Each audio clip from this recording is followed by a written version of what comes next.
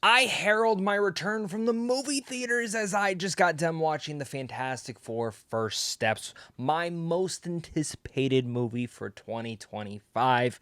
And man, did it live up to the hype. I am truly on a 60s retro futuristic Cloud 9 feeling right now. And no pun intended, the film is absolutely fantastic. But truly enough, I actually think this is the perfect film that the MCU needed before we head in to Doomsday.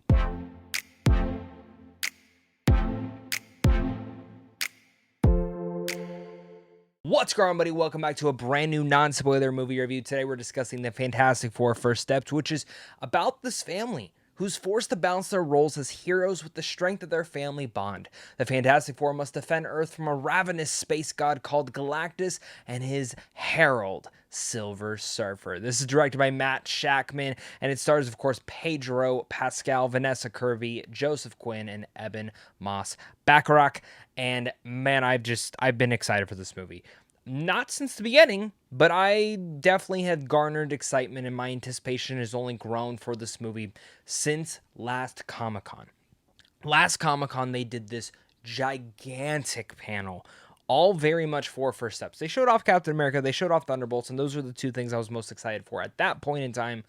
But then First Steps came into play. And when they showcased not just all the like cool production design stuff, they showed off this sizzle reel, this test footage. And I watched it and I was in utter awe of whatever they were able to accomplish right then and there. And I said, yeah, I'm in. I'm in. I'm in. They've talked about this retro futuristic style, but like, what was it really going to be? And this movie ended up being exactly what it needed to be. And that test footage was exactly what I needed to see. And since then, my excitement has only grown and grown more and more the more that I find out about the movie. And now we're here, and for me, it lived up to the hype of what I wanted this movie to be. And in fact, it actually was different than what I anticipated it to be, but I love that. And I think, again, in a way, the Fantastic Four First Steps is very much the first steps in the right direction, like for where we should really much push the MCU after Avengers Secret Wars. Kevin Feige has talked about doing a quote-unquote reboot of the universe, and I think First Steps is kind of the hint towards the direction that they should very much go into. We'll talk about that a little bit later in this review, but bar none from that, this is very much just the perfect introduction for the Fantastic Four.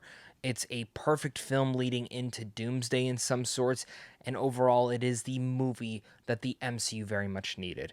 And I know you're going to hear the MCU is back. You're going to hear a lot of that stuff. I said the same thing with Thunderbolts. I think Thunderbolts was that success of showing a breath of fresh air in certain lights, and the Fantastic Four continues that breath of fresh air, but even to a whole other degree. The Thunderbolts very much feels in line with what the MCU was, but telling a different story in a different tone. The Fantastic Four First Steps very much is a completely, radically different movie that I think the MCU has not touched yet, but that's great. And I'm so happy to be here talking about the Fantastic Four First Steps. So definitely leave your thoughts down below. Hit that like and subscribe button. And without further ado, let's get into this movie review. So the number one thing I actually want to talk about first is, and usually always is the number one thing, is the performances. But it's really much the casting, because this cast had been rumored for a while, and the only one I was like very much on board with was Ebon Moss-Bachrach as the Thing, and of course Vanessa Kirby as Sue Storm. Because Vanessa Kirby, this movie that's gonna go away, a lot of people are gonna absolutely become huge fans of her, but in her indie realm, I very much loved what she's done. I also loved what she did in the Mission Impossible franchise. Personally, Pedro Pascal is like currently my favorite actor working right now. Like, I just will go and see whatever this guy is in. Does not matter if it's Eddington, does not matter if it's The Last of Us, does not matter if it's a small little indie film that's on Amazon Prime. I will go and see what Pedro Pascal's in, because he's just such a fantastic actor. And Joseph Quinn's just like, he's great. I loved him as Eddie in Stranger Things, and I'm always curious to see what he's going to do next. But this pairing just didn't feel right. It didn't feel right. I didn't see the chemistry, like just from like my vision and what I was trying to look, but I was judging a book by its cover. And after, again, that test footage, I started to win me over a little bit more. And then I saw the first trailer and I said, okay, this is really winning me over. And I have to say, their chemistry was not just something that the trailer and the marketing did so well. No, it actually is the heart and the soul of this entire film. If their chemistry did not work, I don't think this film would have worked. because a majority of this movie is not about the heroics of the Fantastic Four. You definitely see some of that and very much highlighted. But the heart and soul of this movie, and the reason you go see this movie, is because it's a family drama. It's about these four people who have been garnered the utmost responsibility of protecting Earth, the world. They're the only heroes on this Earth. And how do they overcome the greatest obstacle yet of their life? That has many things thrown into turbulence that very much ask for certain like qualities of life, and in ways like even asking you as the viewer, like, what would you do? And each and every one of the members of this family are important for that, because each and every one of them represents something different. And your morality, your empathy, how empathetic you can be for certain things, but also like what is the right and what's the wrong thing here. And I really love how, while all of them have different ideologies, very much all at the same time, they will all conclude to the same thing of what's the most important. And that's the thing I really loved, was their chemistry made that theme, and not to sound cheesy, but that theme of family very much work. And it, for me, is the heart and soul and the reason that I think this film balances out and works for what it is. It is not your typical comic book movie with gung-ho action scenes here and there, political conspiracies, and trying to have these giant twists or turns or just these generic action set pieces. While it does have those moments, they never feel generic. They never feel tiresome. They always feel different. And that's the biggest thing, is that the Fantastic Four First Steps feels different. And that's what I loved about it, was it actually was more of a family drama than anything else. And it's also very sci-fi, which we'll talk again later on in this review. But to just really gung-ho and jump into those performances, I thought each and every one of them was casted perfectly, and I think their chemistry here is bar none just perfect. Like, Joseph Quinn as the Human Torch, like, really impressed me here. I love what they were able to do with him, and I also really love what they did with Johnny here, comparatively, and really much not the best comparison, but even to, like, what Chris Evans did as the character, or Michael B. Jordan. Like, this is the Johnny Storm that I really grew up with, and I really like how that they made each and every one of the characters, like, pretty smart. It makes it realistic to why did they go on that space mission all those years ago. I love Joseph Quinn in here.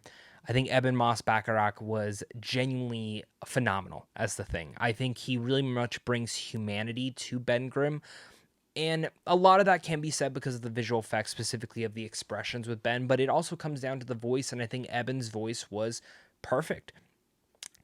Reed Richards, man, is one of the greatest Marvel characters ever created, and to have Pedro Pascal come in to play Reed is not the character that I wanted. There was a lot of other actors I would have had in mind, but Pedro just nails it with the accent, with the voice, with the material given to him. And I think a lot of that is thanks to the writing. And I think the reason that the writers work so well in here is because the script is great. And I think the script that, again, Pedro gets to play off of and detail this character in, it is the Reed Richards that I grew up with. The one that, when he's stumped, you know there's an issue. But he always leans in on certain things. And as someone who has been married for over a year now, who has their first kid, who's about almost 9 months at the recording of this video, this film details a lot of stuff in terms of marriage and in terms of how that affects your life and also your responsibilities, and in general, how it kind of can get in the way, in a good way, of your thoughts and your process, because Reed can be so much in his head about so many different things, and Pedro plays that so well. But the soul and the rock of that holds him down is his wife, Sue Storm, and the importance of that in their relationship. And I'm trying not to get teary-eyed, but like, this is something that like very much just related to me and my wife, and like how she pulls me in, and I very much related to Mr. Fantastic so much here, even though I'm definitely not as smart as him. Kirby like reminded me of my wife in the way that she played Sue Storm, and in the way that Sue is his rock, and that she will balance him out for those empathetic ideas that maybe he does have, and also the way that she is a mother, and the whole usage of the child and Franklin in here, I genuinely thought was perfect. And again, Vanessa Kirby is Sue Storm in every way. And again, while the chemistry of the family works, the chemistry between them is immaculate and absolutely believable to every light, that I completely forgot that I was watching actors, and I just thought I was watching the Fantastic Four jump from the comic books to the screen. And a lot of that comes down to performances, which was fantastic. But also adding on top of that, it's Matt Shakman, who just, the fact that they did no chemistry reads with this and they just cast it as they went really goes to the testament of a director, and specifically his casting director. But Matt Shakman really much had a vision for this thing, and he came out and absolutely swung for the fences with it, with this family, and in general, the adventure that it takes you on. Because when you do look at some Fantastic Four comics, it's never really much about the heroics. Like, you definitely get awesome action sequences with them, and don't get me wrong, we've gotten countless moments with them in the comics like that. For me, what it's always been about within the Fantastic Four is also some of those weird parallel or sci-fi centric universes and certain sequences that it details into. And in a way, the Fantastic Four First Steps is, while one piece a family drama, one piece a comic book film, it very much is other pieces of Star Trek meets Interstellar. And it all kind of works in the same. And I think maybe not even more Star Trek, but more of the Jetsons in a more dramatical tone. And that is one thing that blew my mind, was the way that they actually took in that aspect of Interstellar and meets the Jetsons and kind of mashed it up together here. There's an entire space sequence in here that lasted a lot longer than I anticipated, but in such a grand way, because it had me on the edge of my seat this entire way through, which symbolically gives an incredible sequence to the Silver Surfer, which, just gotta say, Julia Garner, incredible as this character. They made Silver Surfer absolutely badass, and really like the direction of what they did with her character, and actually even the way that they flesh her out. While some people might think it's a little bit surface level, I think a lot of that comes through because of Julia Garner's performance, and they very much trusted her with the material there. This entire space sequence very much is reminiscent of Interstellar, Star Trek, the Jetsons, and I'll even say a little bit of Prometheus. Maybe not in regards to like the storytelling of Prometheus, but majorly because of where they actually end up going and how the introduction to the almighty Galactus is showcased here. It gave me tidbits of seeing something that Ridley Scott would have introduced again in Prometheus or in Alien, and the production design, the visual effects all in this sequence was absolutely immaculate and incredible, and it's just beautiful and also very terrifying. And that's also where you have to go to the Galactus, man. I think Ralph Ineson, which I'm probably mispronouncing, was the perfect casting as Galactus. I genuinely cannot believe what they did with Galactus here. Like, I just out of this world amazing. They brought Galactus from those comic books to life in such a terrifying manner that genuinely had me on edge as I watched this. And every single time that Ralph spoke and emoted, it was honestly all-powering and very much haunting. Visual effects surrounding him were truly incredible, which, to do a side note on the visual effects real quick, for the most part, I think they are insanely incredible. You can very much see how many practical effects that they really much touch in on here, and that was actually, for me, one of the strongest pieces of the film, were the practical effects, were the way that Sue Storm's abilities looked, were the way that the Thing emoted or played off, and Ben Grimm is just absolutely incredible in here. Love the design of the Thing. Johnny Storm's flame powers look great. As I already mentioned, Galactus looks great. The visual effects touch-ups on the Silver Surfer look so much better than what the trailers did. You can actually see like reflections on her, and I think that is like one of the best things. And of course, a lot of people are going to talk about the stretchy powers. I think for the most part, they really nailed it as Reed. I wish they would have gone a little bit further with the stretchy powers, like from what he can do in the comics, but maybe that's something for the future to see with that character. But man, like, they really much brought this world to life in terms of a visual stunner. And again, the whole sequence of when Galactus is introduced is brilliant, and again gave me that eerie feeling that Prometheus had in terms of the way that it introduces certain set pieces in there, and again it even adds in the thought-provoking natures of like Interstellar and certain other things that are from sci-fi. This is very much a sci-fi love letter in so many ways. It's a very sci-fi film, but it's one that I could not eat up enough. Of course, if we're talking about like the technical achievements, the production design is fantastic. I would say that this should be nominated for Best Production Design at the Oscars. I think absolutely Disney and Marvel should push it forward because everything is so believable. I love this version of New York City. And as I talked about earlier in my review, I really hope that this is actually the future of the MCU going forward. I think this feels so straight ripped out from the comics that I would love to see different aspects and different parts of the Marvel Universe played out in this world. Whether it's the X-Men, whether it's freaking Wakanda, whether it's Iron Man or Captain America or Spider-Man, there's all these different characters that maybe you don't have to go as so Jetsons with it.